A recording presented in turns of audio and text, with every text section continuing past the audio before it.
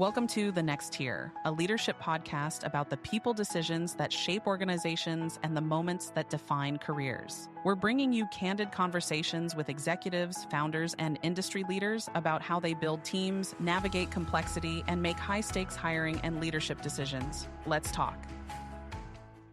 Welcome to the Next Tier podcast. The Next Tier is a leadership podcast about the people decisions that shape organizations and the moments that define careers. Here's my co-host, Tier 4 Group CEO, Betsy Robinson. Thanks so much, Rob. And I am super pumped today to introduce our guest, Joe Macchiarella. And before I do a little bit more of your background and intro, so Joe and I have known each other for 20 years. Maybe I should just say 10 plus. 20 years. Might even be more than that. Two decades. Yeah, I'm rounding down.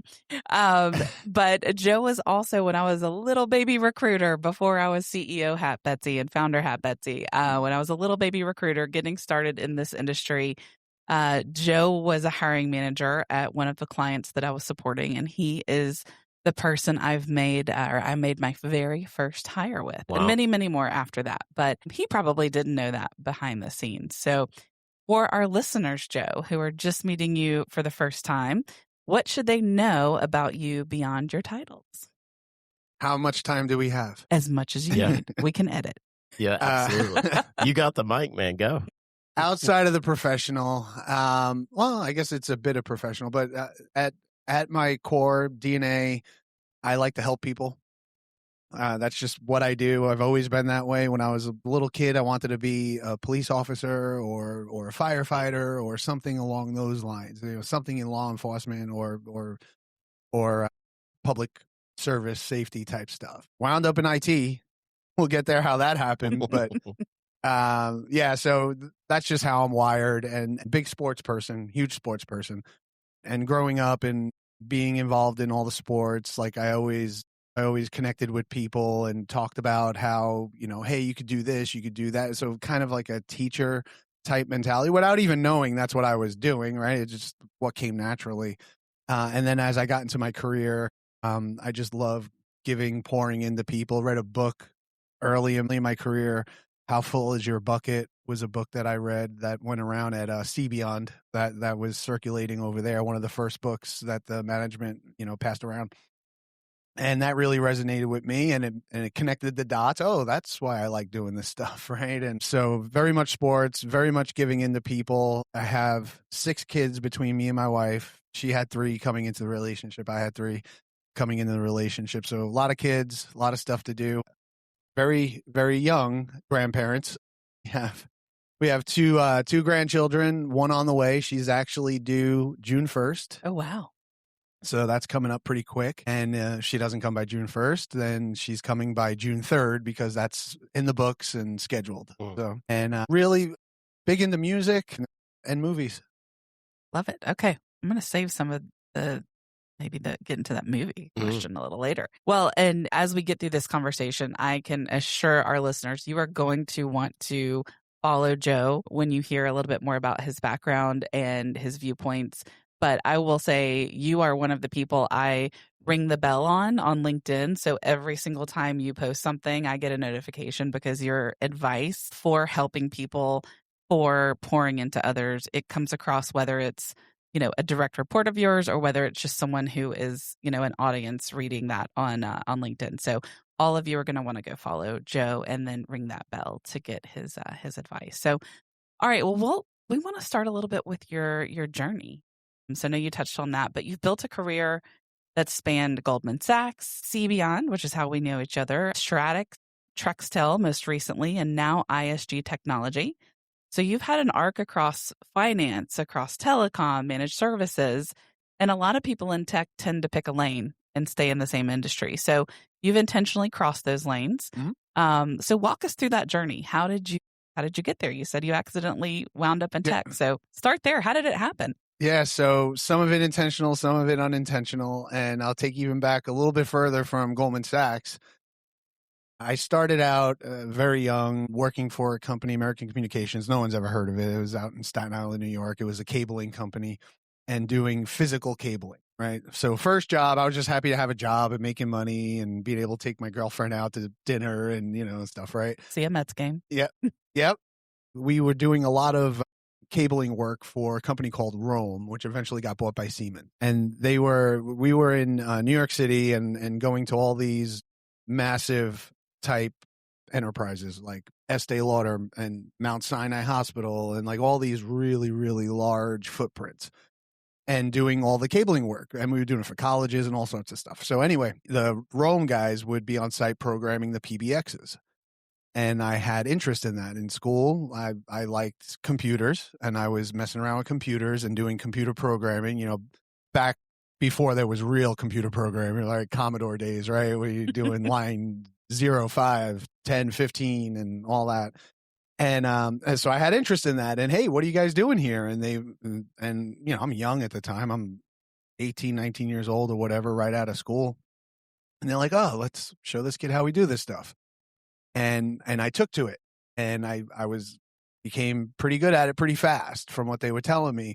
And they would give me all of their stuff to do. So they didn't have to work. And I was fine with it because I was learning, right? And Yep. and again, I'd like to pour into people. I like to learn and teach and all that. And then I was digging it and doing all that work. And then from there I went to work. So I learned how to program all different PBX and learned about call routings and back when you had to pay long distance charges for telephone calls and all that and just learned everything about connectivity and programming and all that.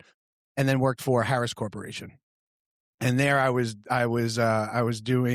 performing large scale type of deployment on PBX systems, things like that, all over the place. Department of Corrections, Federal Bureau of Corrections, New York City Board of Education. So I was getting a lot of experience there with programming and call routings, and then started, slowly getting into the data side of things. And, oh, this is interesting.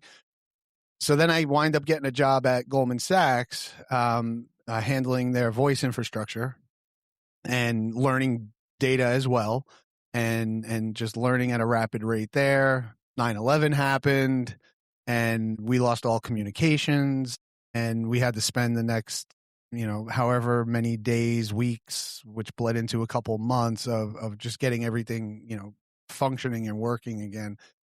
And going through that process, that opened my eyes to I'm capable of a lot more than just a job, right? Up to that point, it was a job and I was doing smart stuff and it was technical and, engineering like. And then, going through that process, I was doing things within the disaster recovery group that was outside of the norm. So, in sitting in a room with these partners, multi-millionaires that don't know anything about, PBXs and data and circuits and all that. And I'm sitting in there with them, helping them negotiate with these vendors that we had to buy new equipment like that. Right. So it wasn't like a long drawn out process. We had to move fast. So anyway, it opened up a whole new perspective for me, a whole new world for me. And I'm like, I'm capable of more. And then we packed our stuff and moved to Atlanta. You just picked it out on a map? Well, I had family. I have family here. So I was very familiar with it and really liked Atlanta. And after the whole 9/11 thing, just had a perspective. Like two of my 3 kids were very, very young at the time. And I was like, you know what? I want them to grow up in a better environment than I grew up in, better quality of life. And that should be every parent's job, is for their kid to live a better life than they've lived. Right. And we just packed up all our crap and moved to Atlanta. I didn't have a job lined up or anything. And that's how confident I was in what I've learned, what I'm capable of, like getting through this 9/11 thing. And I gave you the super watered down, 45-second version, but that was pretty significant. And it just opened my eyes up to, I could do more. And then I came to Atlanta and just kept moving from there and went on board at cBeyond, knew some folks that got me in the door there. And I moved quickly from an engineering role into a management role. And that's where we met. Yep. and doing a bunch of hires. And I was running at first the, tier 1 group, support group out there, and learned there was more to be had. Right. And very intentional about, okay, I want to run tier 2. I want to run tier 3. I want to run the whole thing. Right. And and just kept working towards it. And from there, it got very intentional, because now I've built a lot of these different skills, and okay, what else could I do? What else could I learn? And not just from an individual skill in terms of, being a manager or an engineer or whatever, but what could I get into that I could learn more capability wise, not just for myself, but in terms of the lane that I'm in. Well, and then that's where I just kept going, and got to a point once I landed at Stratix. I had a small equity stake in the company, and then that opened up more perspective. Like, okay, I could make some money out of this. How do I do that? And then working with the private equity company that owned us there, and learning more about the process, and learning more about, how does this excel? And then when I got on board at Trextel, that's where it just, my mind was just blown wide open at that point, because working with Jason Morrow was and Chris D'Amico, those were the two original co-founder of the company. And it got very strategic, very fast. And we wound up breaking it up into multiple different companies, and then, figuring out where the best valuation was and selling them off, and got to the point where we made the final transaction, which was IntelliTrex, the software company that we broke out.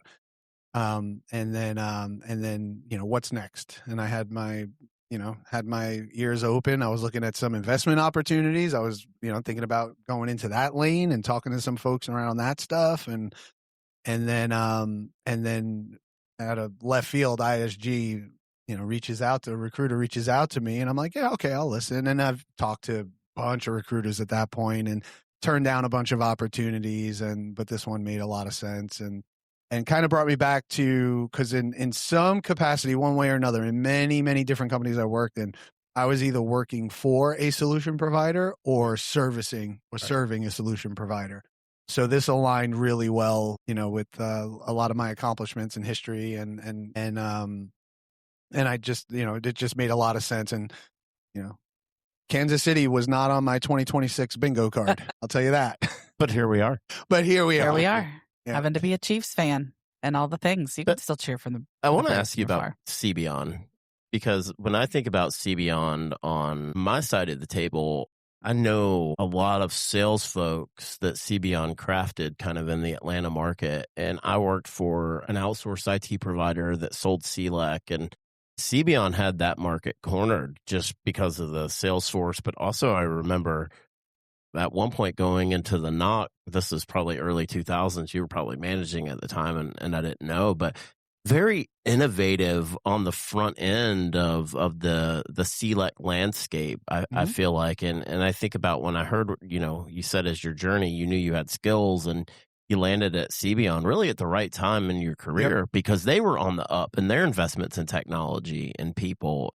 I think when we look at intentionally how you're in the right seat now, and how you got there, I go back, and Goldman Sachs, probably the most recognizable name. But what I know about cBeyond in the local Atlanta market is on the sales side, but I also know on the tech side, having placed people there as well, that you wouldn't be where you are without that experience at cBeyond. cBeyond built you different. Yeah. Yeah, that's for sure.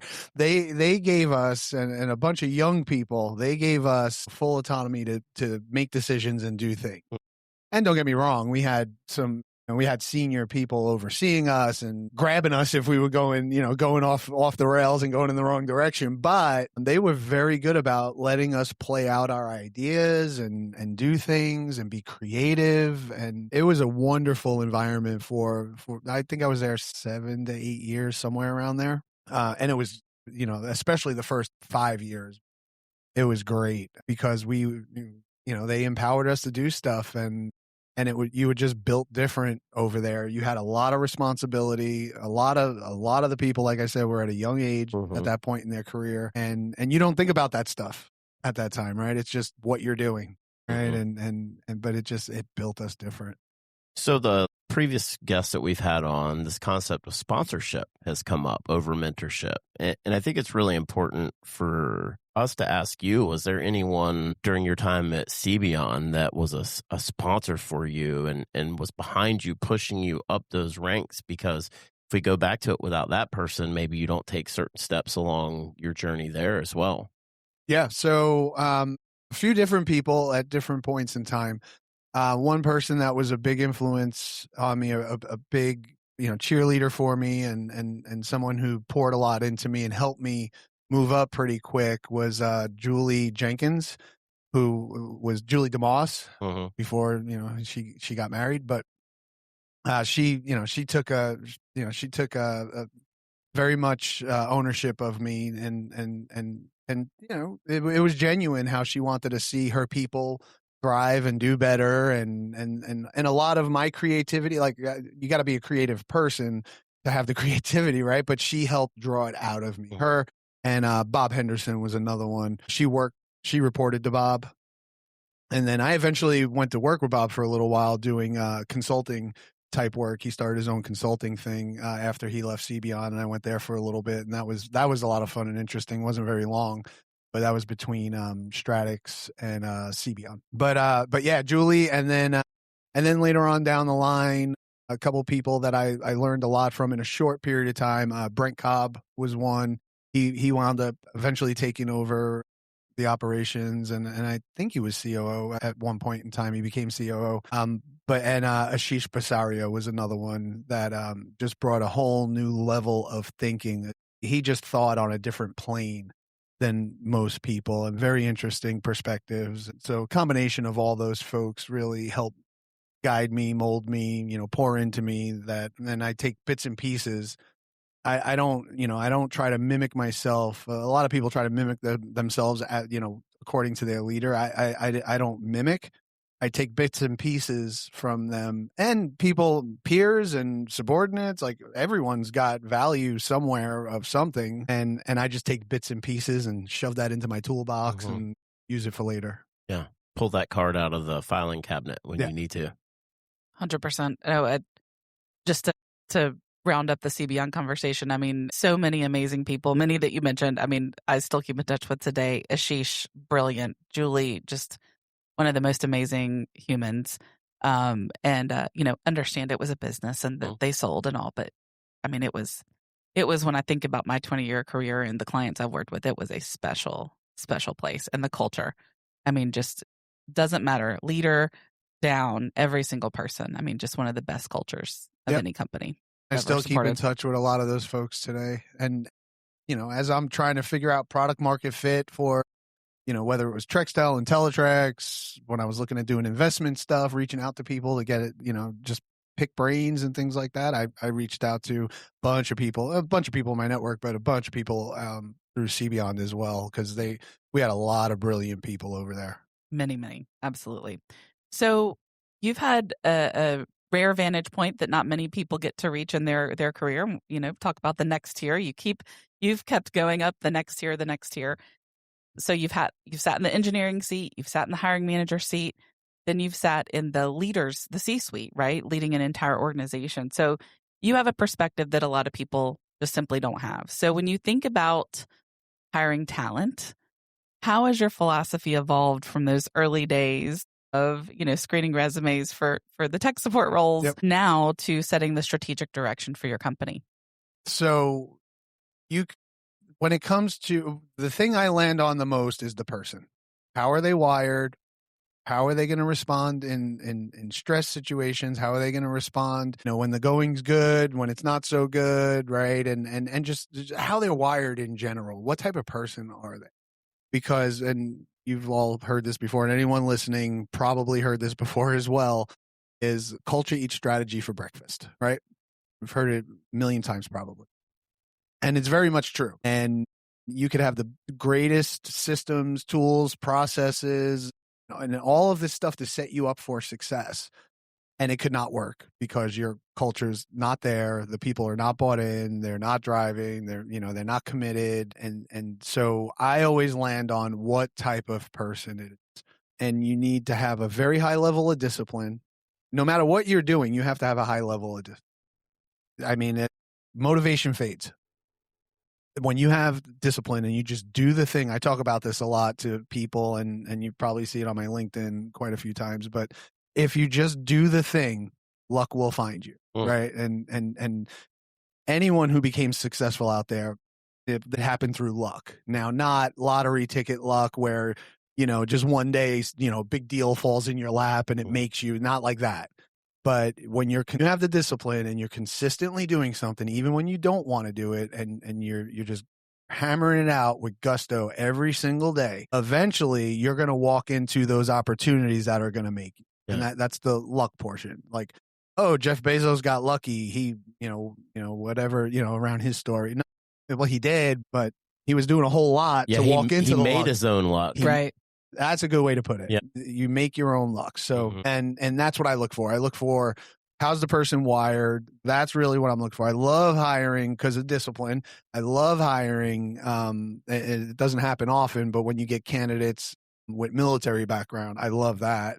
Because, and especially depending on what they're doing in the military, like there are components, just like me going through the 9/11 event, kind of wired me different and gave me a perspective and how to get through really, really hard things and be successful at something. They're doing the same on a way, way more, risky level, depending on what they're doing out there. So I really like hiring military people for the discipline, and then people who may not have all the experience that that the job's calling for. There's a base level you need, in order to be able to do the job, or at least be trained to learn the job. But look at it this way: all of us in here and everyone out there listening, what you do today for a living, you weren't born knowing how to do that. You learned how to do that. Right. So that's my perspective on it. We could teach anyone anything. We're not surgeons. We're not doing open heart surgery, right? We're not doing anything that is going to, be life threatening to someone. So you can learn to do anything. And I've even run into scenarios where I've hired numerous people that were looking for a second chance. And so that leads into the hunger aspect of it. Like, how hungry are they? How disciplined are they? And I try to put those pieces together to hire the right person for the job versus the right skill set for the job. So how do you follow up on that is, how do you then craft questions or pull things out beyond the resume, right? So, you can see like the military background, some other things on the resume. How do you, and what do you ask to pull that out of them? So I do my interviews as a conversation, just like we're talking. Right. I'll do them as a conversation. And of course I'm asking questions along the way, but I'm weaving kind of a story through it, or I'm going down a breadcrumb trail to get to the answers, but through just normal conversation. But things I'll ask in there, are like, what's the hardest thing you ever went through in life? And try to get their perspective on it. What was your outlook on that at the time? How'd you get through it? What'd you lean on for support? And I'll have a bunch of follow-up questions to it, but I want to know what's the hard stuff you went through, because I really don't want people. I want to be surrounded by people who are better than me, and I want to be surrounded by people who are. The best way to put it would be, I want to be surrounded by people who are going to tell me what I need to know, not what I want to hear. Tell me what I need to hear, not what I want to hear. Tell me when I'm wrong. If I could find a way by asking questions like, what's the time you challenged your boss? Like that's something I'll bring up through the conversation too, is tell me how you're a challenger. Tell me how you operate with truth, honesty, and transparency. I don't want a passive aggressive environment. Everyone's nice, and then behind each other's backs all over the place, it's another narrative going, right? So I try to again ask those type of questions, and then I've done a lot of, I'm no expert on like behaviors and things like that, but I've done a lot of research, I've done a lot of learning around it, and years of interviews, and thousands probably of interviews, and just picking up on people's natural body language, habits, things like that. I could tell or get a good indication where my spidey senses could say, oh, okay, this person's probably BSing you right now. That BS meter. Spidey sense. Yeah, absolutely. And how are you, once you have that talent in the door, so you've gone through the hiring process and they're now on your team, and I know development's super important to you. So what are some of your philosophies on growing people and helping them reach their next tier? So You have to have some kind of training and development program. And you don't have to start with anything huge right away. That's another thing I try to help organizations understand, new guy coming in, just like here at ISG coming in the door as a new guy. I think I'm at 45 days or something like that. I haven't been there very long. But letting everyone know coming in the door, we don't have to do, this grandiose thing right out of the gate. Right. And that's where a lot of people, I'm not saying they struggle, because again, it's brand new to me. I don't have the full, the full understanding of the environment yet. I'm just learning. But a lot of other places I've been, people, they're like, oh, we need this, we need that. And here's what it needs to look like. And they're going from zero to big picture to, this grandiose thing that it's going to look like in 90 days. And that's not going to happen. Right. Yeah. You're going to fail miserably. Yep. Too much too fast, and you got to take it slow. So, but some kind of training and development program in place, even if it's handled manually, you get to the point where you get, systems, tools, automations, you bring in AI, whatever, you start structuring and building up and scaling up. But having a training and development program, having a mentorship program, for me coming into ISG and every business that I've gone into, immediately, is voice of the employees, voice of the customer. Okay. And getting an understanding of where we're at. Mm-hmm. What are we doing that's working out great? What do we need to get better at? And is there anything we just need to stop doing because it doesn't make sense and this is creating insanity and chaos, and just end it? Oh yeah. Right. So getting a lay of the land and then having some kind of mentorship program. And when I say this word program, it doesn't start out as a program. It starts out as a motion, as an effort. And people seeing that you are genuine as a leader and you really do want to be plugged into them and care about what they say, think, feel. Same with customers. And then you start taking action on those things, and to get some quick wins to show them, I am going to serve you. So that is my job as a leader, whatever leadership capacity I'm in. It's my job to serve the people, not the other way around. And then have some kind of mentorship program where people are aligned with certain people and they go to lunches and have, one-on-ones that they're not direct employee, they're not direct reporting structure that they could pour into them. And not everyone likes to do that. Not everyone likes to receive that. Not everyone likes to perform that. So you have to identify who's right for what. One of the, you look like you had a question. Well, I think you hit on the curiosity and the coachability. And we talk about emotional intelligence. We've been talking a lot about adaptability, intelligence. And I'm curious, as you've seen technology evolve, are there either within the EQ or the AQ realm where you're going, this emotional intelligence or this curiosity factor is the most important skill that I'm looking to hire on? Because if I was listening to you, it's like, hey, you may not need to have the experience exactly, but can you learn it? Can you be coached, taught, trained on it, and then assume responsibility over it? Yeah, for sure. And that's what you want in your environment, because you cannot train to, teach to, have someone, build up to caring and being hungry and determined and disciplined. Like, you could open people's eyes to it and help them understand, like, this is your natural DNA. This is what you're capable of. And here's how you could do it. Like, you could educate them that way. But I mean, you can't train someone who just wants to punch a clock, and that's their desire. Don't get me wrong, different strokes for different folks, right? There are people out there that just, they want to do X, and they want to show up at 8 a.m. and go home at 5 p.m. The routine. And that's it. And tell me what I'm responsible for. I'm going to pop you out these widgets every day, and I want to do this job for 25 years. I mean, that's what they want to do. And then you have a cluster of people that have that hunger and intensity. And I'm not saying every single position in your company you hire that way. That should be the goal and the outlook, but you can't promote everyone as well. So now you start running into down the line of people that will, you're going to pour a lot into, you're going to invest a lot into time, money, etc.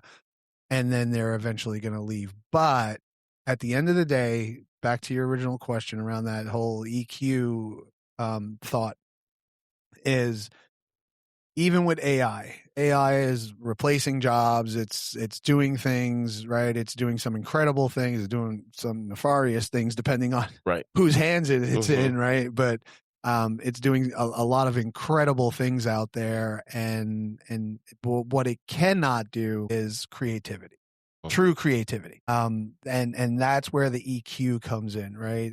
And it has, AI doesn't have feelings. It doesn't have empathy, right? There's a lot of human components missing in that. And if you hire the right people, not only will they leverage, AI type stuff, in a very positive and forceful and effective, successful manner, but they are also going to have a lot of this creativity, empathy, and things around human component that is going to manage the AI process really well for you and the outcomes you want to deliver. As you were just talking about that, I just had a thought about another Q, and it's adoption intelligence. So PQ is what I was thinking, because to your point, technology is evolving so quickly. AI is replacing mundane or repetitive jobs, but also creating capacity for others as you're going through your hiring process.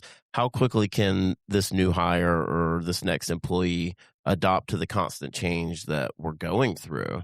And it's like the P's and Q's almost, like just the whole adoption, because utilization and adoption, when we make investments in technology, we want to create return on that, whether that's in capacity or investment, right? So as you were saying that, I just had this idea of PQ as, kind of the next iteration of intelligence. There you go.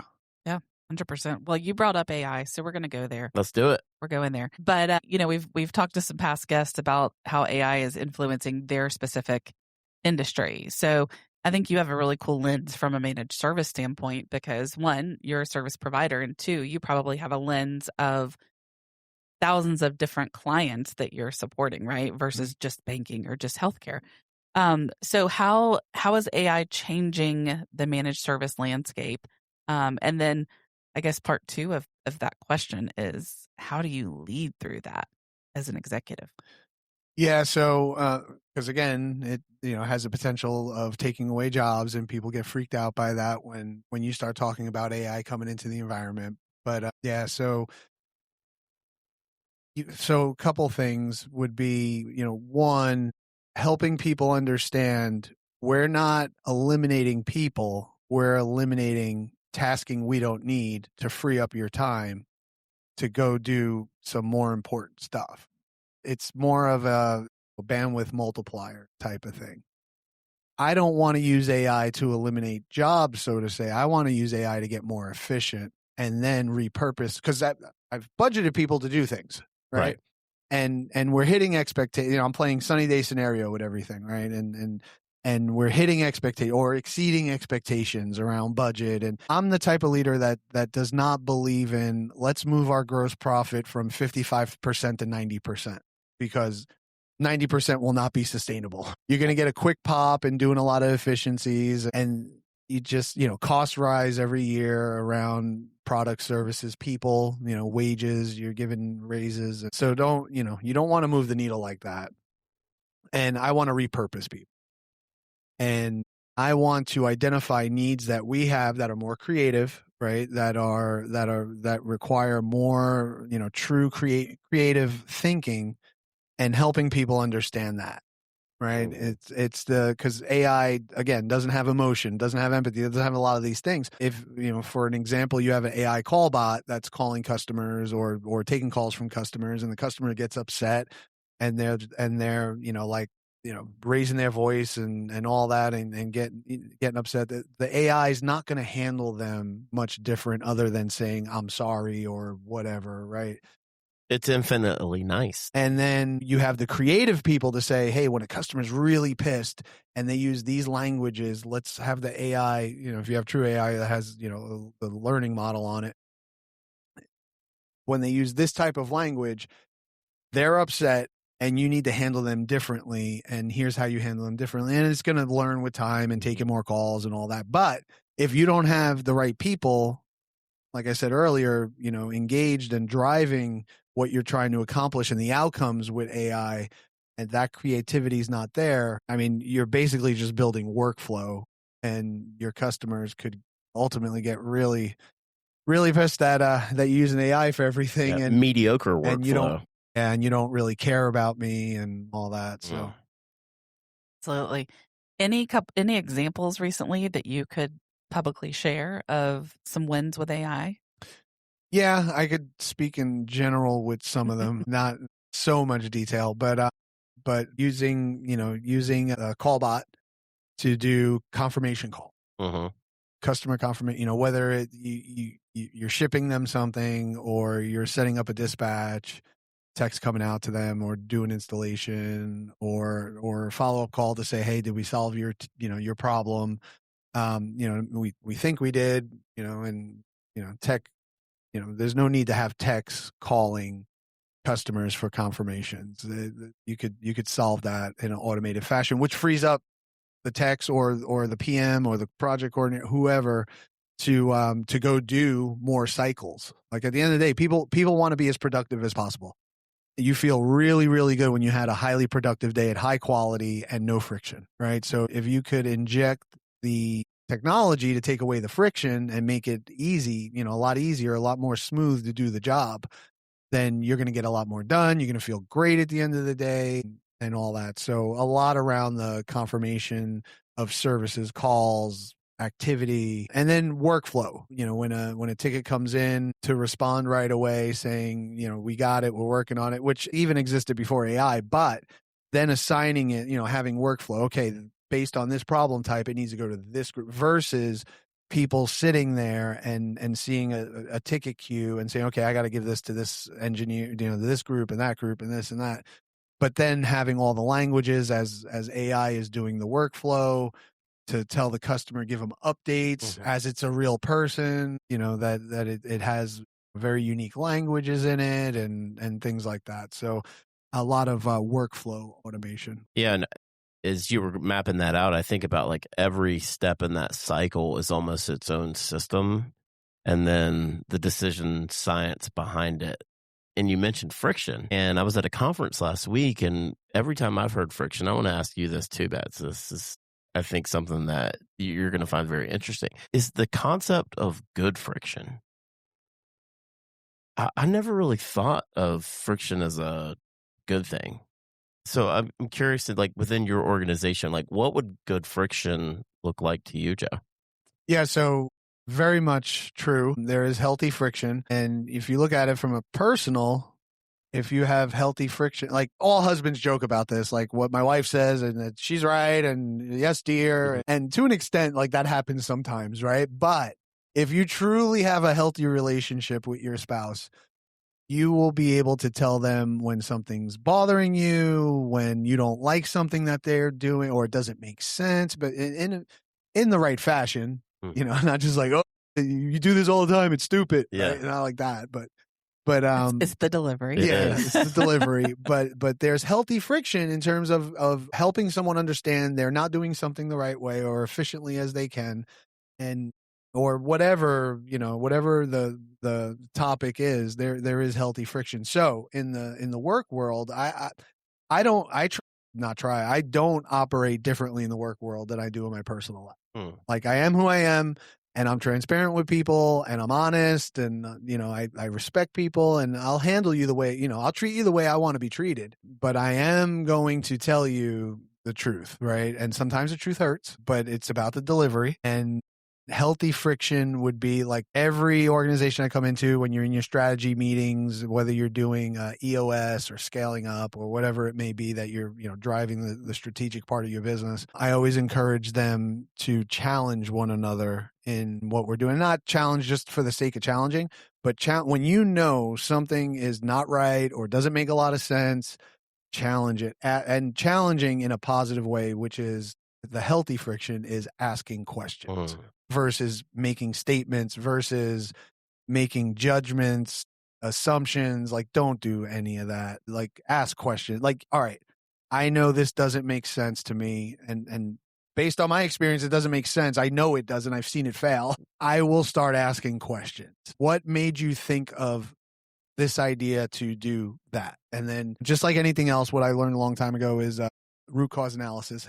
Good root cause analysis as an engineer, the 5 whys, and you could even go beyond 5, but asking why with a question, more language on it, but why this, why that, why this, why that, and that helps people think, and that's the healthy friction that I always encourage and try to really drive hard in whatever organization I'm in, is get people thinking. Don't just tell them the answer. Like there's a place and time, and you may be in a crisis situation where you just got to give an answer, right? But for the most part, in day-to-day flow, how do you get people to self-discover and get to the answer themselves? Well, it's funny you mentioned the why. I was taught very early on to say, why is that? Tell me why is that? Tell me more. Tell me more. Tell me why is that? So to your point on the 5 whys, what do you think about the good friction, Beth? I haven't heard that term, but I love it. Yeah.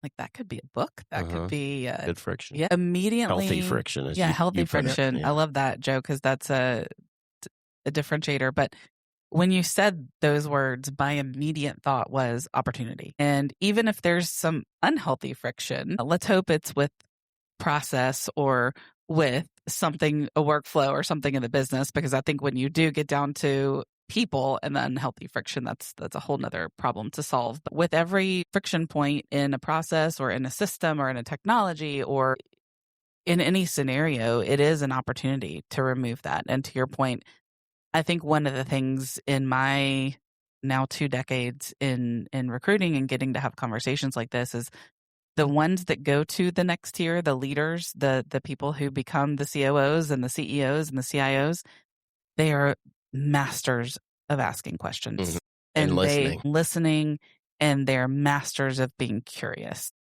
So it's, I love that you bring that up, because it's and then reserving the judgment, right? Especially if you're coming into a new environment, everyone's going to be defensive of like, well, I wasn't the one who did this. Or if they were the ones who did it, like, it's their baby. Don't call their baby ugly. But that goes back into the delivery and the how you have those conversations. And I think Joe hit on it too.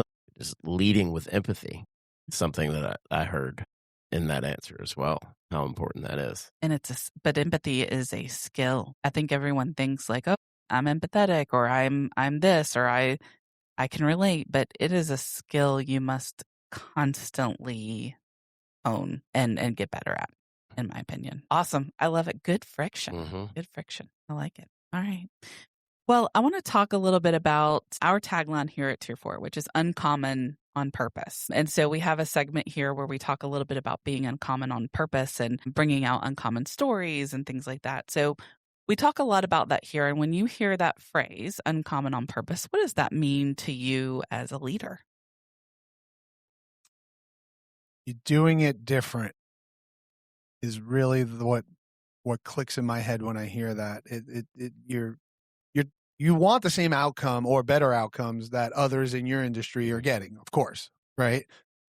But that matches up with my, how I think about it, how I've learned, like, and don't get me wrong, like how I operate today is way different than how I operated, 10, 15, 20 years ago. Like the way I operated 20 years ago, there were some things that just made me go, ugh. But you learn. But you learn, and that's the big thing, right? Yeah. But what I've learned along the way is you cannot if you want to be better than the rest, you want to stand out, and you could have product services, things of value, unique selling propositions and whatever that will stand out, and that'll be different. But in your industry and what you're providing and what you're doing, to do it, to be, how did you say it again? Uncommon on purpose. Uncommon on purpose. You are doing it a little bit different, or maybe a lot different than how the other, in your case, these staffing agencies are doing it, because you want a better outcome than them. You want to be the premier agency for people, right? And I know that's the goal, no matter what you're doing. You want to be, the top dog in whatever it is you're providing. So you need to do it a little different, because if you do it the same as everybody else, you're going to get the same result or worse, because you haven't been doing it as long or have the credibility and other stuff that others have. And you'll just be slamming your head on the wall, giving yourself brain damage, saying, why isn't this working? Right? Or how come we can't get traction? So you got to do it. And at least that's what it means to me when I hear that is we're not going to be the same, but we're going to be better. I like that. So what do you do differently from most executives intentionally as a leader? Maybe 2 or 3 things that you think are contributing to your success. I connect with people directly, and I love that. And I've always targeted, opportunities, especially later in my career, around how could I be able to connect with as many people as possible in the company. Because at some point, if you get a company that's just too damn big, you're not going to be able to do that. You can't get to know 1,000 people and remember intimate things about them, right? But I do like to make connections with people. I do like to spend time with them. Like I said, when coming in the door, I have one-on-ones, sometimes smaller group settings, but a lot of one-on-ones with the internal employees. I don't care what your role is in the company. And then they have my cell phone number, and they obviously they have me on Teams, and I help people understand, look, you can reach out to me. And a lot of people will be hesitant to, just because of, I'm their boss's boss's boss. And then I will reach out to them on Teams for whatever reason. I'll find a reason to reach out to somebody, and it'll be random. And I may not hit every single person in the company over the next 3 months, but I will reach out to people and make some kind of query about something, or just say hi. I walk the floor and wherever I am, in office presence, which I prefer. Doesn't have to be full time, but I do prefer in office presence. I will walk the floor and say good morning to people, or good afternoon to people. I will be conscious of, we have people starting in different shifts. If you have, a 24/7 operation or whatever, and just walk around and say hi to people, right? And again, have that human component, that one-to-one connection that most executives don't do. Because most executives didn't grow up in the way I grew up. Not personally, but in terms of in the work world, right? A lot of people came right out of college and got a job in, not being a frontline, worker, so to say. A cable installer. In the industry and trekking through mud and, you can literally say you've been in their shoes for sure. So, and that's the thing is at a certain point one point in time, I coworkers or whatever, I said, if I'm ever in charge, this is what I'm going to do. Like, this doesn't make sense. And there have been items that come up with time that you call those out. So then once I was able to make decisions and make those calls, this is what I'm going to do, damn it. And I'm going to make it better for people. And I'm going to go tell them, I'm going to make it better for you. Here's, and a lot of people will say, oh yeah, I heard it before. Every leader comes up and says, oh, you care about people, your people are everything. And then, 6 months from now, you're speaking out of the other side of your mouth. Yeah. Well, trust but verify. Right? Trust me for now. And with time, I will prove to you that I am going to fulfill what I'm preaching to you, because that's just, I've gotten to where I am being, person of their word and truly caring and having empathy and all these other components. So that's, that's something I continue to transpose to my people. And again, being transparent with everyone. I'm not going to change how I'm going to be. They're gonna know me as me, and person, one of my best friends, how they know me is how my coworkers are going to know me, just because if you could be open, transparent, honest with people and not afraid to, pull back the curtain, they're going to trust you more. And that's what you want. We spend so much time working on our business, so much time working with everyone in the business, more time with one another than we do our own families. You have to operate with these people to that degree. And again, different strokes for different folks. There are people out there that don't believe mixing personal with professional. And to an extent, there's like certain things. Yeah. But healthy balance. But overall, you do have to be you with those people, and they will respect you for it. And if you have their back, you're showing you have their back, and they're going to have your back tenfold, because that's not common, for people at higher at an executive type level to have that type of relationship with people that are non-executives or non-direct subordinates. Yeah. No, it resonates because I think about some of the customers that we serve, and this is not a disrespect in any way, but it's like you could never even talk to the COO. There's going to be or the CEO or whoever, there's going to be an entourage around them managing every, piece of their calendar, or you're going to only get to raise your hand in a town hall. And so I do think it's important like that you have that human component. And yes, you can't meet 1,000 people or 30,000 people, but if you don't spend time talking to a group of them every now and then for sure, or making your presence known, going around and saying hello, then you're inadvertently creating a culture where you can't be open and you can't be authentic. Well, I like what you said. Trust me, but verify it. Mhm. Trust, but verify. Yep. Really powerful. Yeah. In all areas of life. I think that's a great life advice for sure. I'm curious, what advice would you give to someone trying to reach their next tier, maybe from an individual contributor to manager, or from middle management to senior leadership? What would you say not to do? What red flags or kind of traps would they need to avoid? There's a lot of things. One thing that immediately comes to mind is team first mentality. It's not I. There's no I in team, right? And what's funny is, I think it was Kobe Bryant that said, "There's no I in team, but there's I in win." Yeah. Oh, I like that. I used to joke when my soccer coach would say, "There's no I in team," and I was like, "But there's a me." Me. Yeah. But it, the me mentality. I did this. I did that. I did this. That is not. It shouldn't get you promoted. If you're in the wrong culture, you're in a toxic type of environment.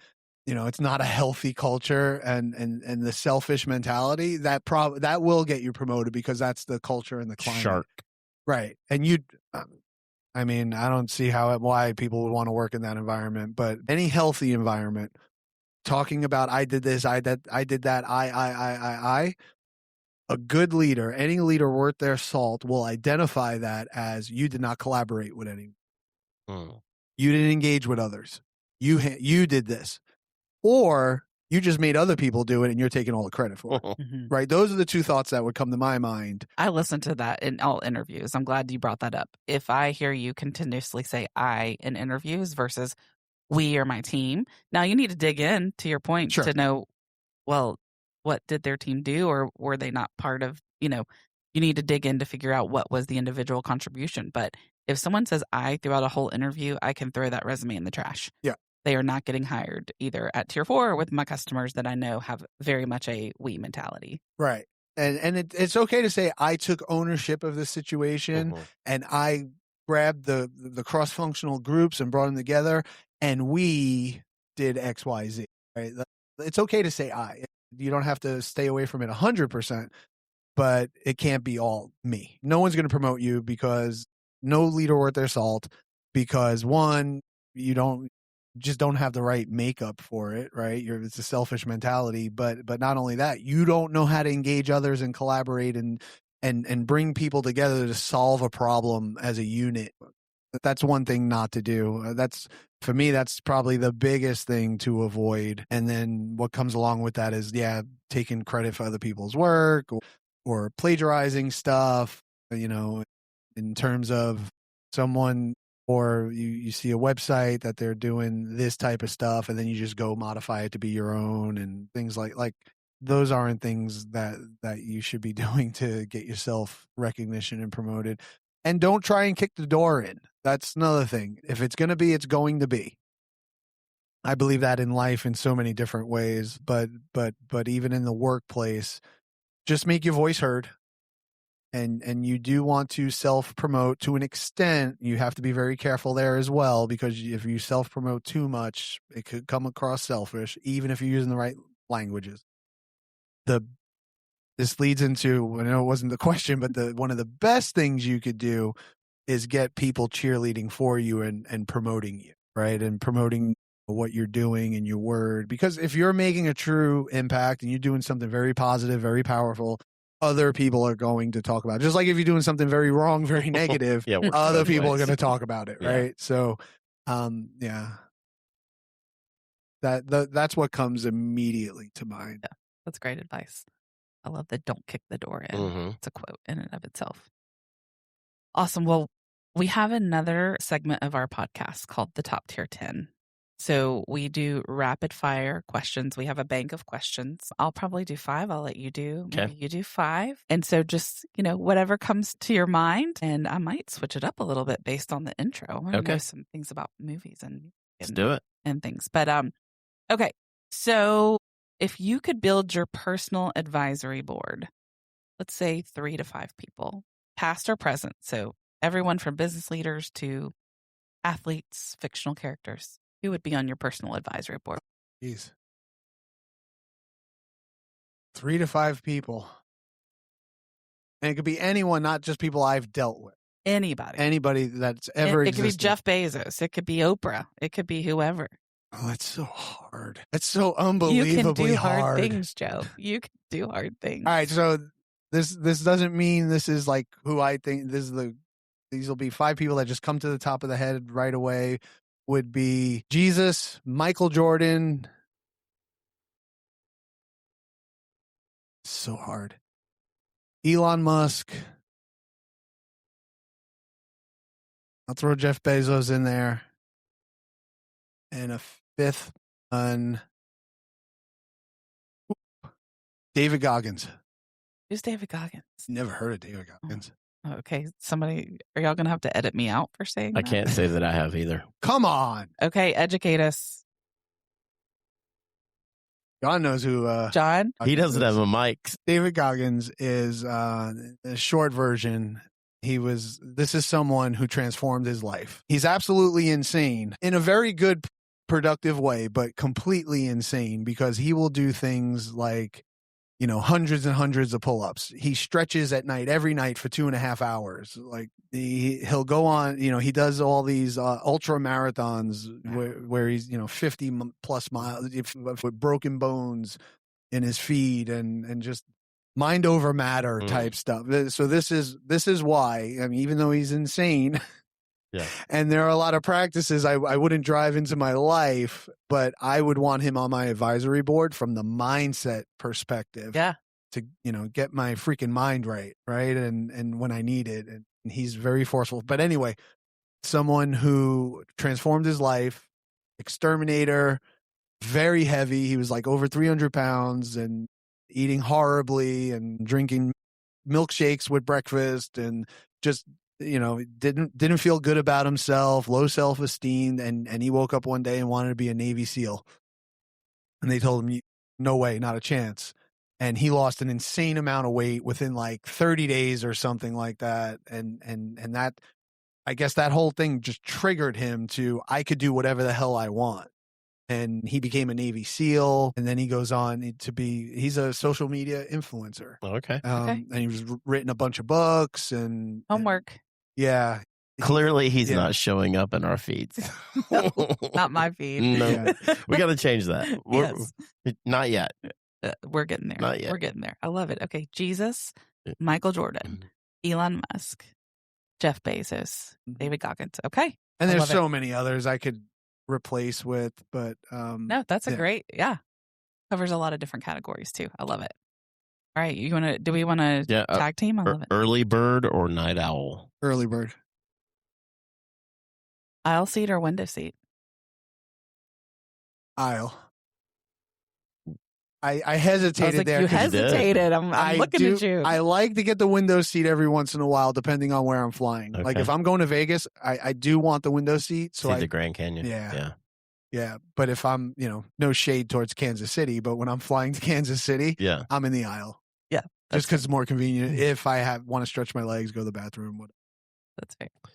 I know I don't want to steal the movie thunder. We can dive into that a little further. Last movie you watched? Last movie I watched. It's not the first time I watched it, but it is the last one I watched. Is Top Gun Maverick. Okay. Oh, it's a good. It is pretty so good. I don't think sequels very often are as good as the original or good at all. And it was a great one. Hot take. It was better. Whoa. Okay, you heard it here, folks. If you had a walk-up song, what would it be? So everyone calls me Joe Mac. Obviously, my last name's a nightmare to pronounce. You pronounce it well because you know me forever. most people butcher it, and no one could spell it. I think there's been like 3 people I ever met in my life that spelled it on the first try. So everyone calls me Joe Mac. And why I laughed is because in the past, people have said, your entrance song is Return of the Mac. Oh, okay. I like it. Yeah. I like it. I don't know if I'd pick that for me, but that's what people What have other people have associated. said. What other people said. I love it. I love it. I love it. All right, you mentioned music. So favorite band, artist? Lots. If I have to nail down one, and actually just did a road trip with a couple of coworkers, and they asked me the same question. Yeah. So if I had to pick one band, I'd go with Led Zeppelin. Okay. I have a really wide palette of music, as you'll see here. So if I go Led Zeppelin on the band, and there's so many good bands and so many that are like right there with them, and for my personal liking. But female performer, I would go with Alicia Keys. Okay. That's terrific. And if there's other ones you want to hit me with, Well, a favorite Zeppelin song then? Stairway to Heaven Okay. is classic. Yeah. But probably Black Dog. I love Black Dog. Favorite Alicia Keys song? Favorite Alicia Keys song.